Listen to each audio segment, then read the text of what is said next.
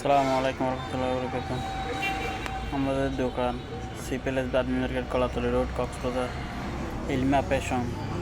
আমাদের দোকানে আপনার আচার চকলেট চন্দন অনেক আইটেম আছে।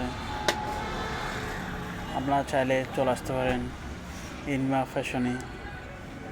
আপনারা যদি ভিডিও দেখে আসেন আমাদের জন্য স্পেশালভাবে ডিসকাউন্ট আছে।